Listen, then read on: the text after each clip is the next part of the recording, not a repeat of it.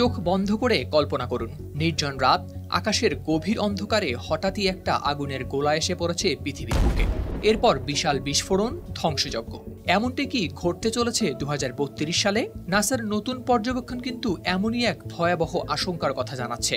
নাসার jet propulsion laboratory JPL জানিয়েছে, সম্প্রতি আবিষ্কৃত 2024 YR4 নামের একটি গ্রহাণুর পৃথিবীর সঙ্গে সংঘর্ষের 1% বেশি সম্ভাবনা রয়েছে।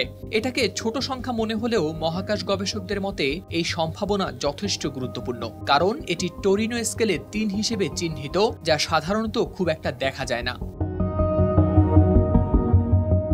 নাসার অর্থায়নে পরিচালিত অ্যাটলাসের পর্যবেক্ষণ টেলিস্কোপের সাহায্যে দেখা যায় এই গ্রহাণুটির আকার 130 থেকে 300 ফুটের মধ্যে হতে পারে। অর্থাৎ এটি এক বিশাল আকারের মহাজাগতিক শিলা, যা সংঘর্ষ ঘটালে ফেলতে পারে মারাত্মক প্রভাব। JPL এর তথ্য অনুযায়ী যদি এই গ্রহাণু সত্যিই সংঘর্ষের পথে এগোয়, তবে এটি পূর্ব প্রশান্ত মহাসাগর, দক্ষিণ আমেরিকা, আটলান্টিক মহাসাগর, আফ্রিকা, আরব সাগর ও দক্ষিণ এশিয়ার উপর দিয়ে বিস্তৃত একটি ঝুঁকিপূর্ণ করিডোরে প্রবেশ করতে পারে। অর্থাৎ এসব অঞ্চলের উপর মহাজাগতিক ধ্বংসের আশঙ্কা থেকেই যাচ্ছে।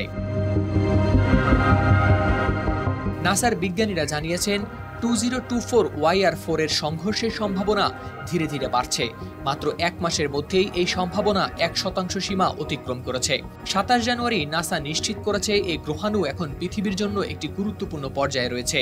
তবে এই প্রশ্নের উত্তর এখনই নিশ্চিত নয়। বিজ্ঞানীরা বলছেন, গ্রহাণুটির আসল আকার ও গতিপথ সম্পর্কে আরও স্পষ্ট ধারণা পেতে উন্নত পর্যবেক্ষণ প্রযুক্তি, ইনফ্রারেড স্ক্যান ও রাডার ডেটা প্রয়োজন।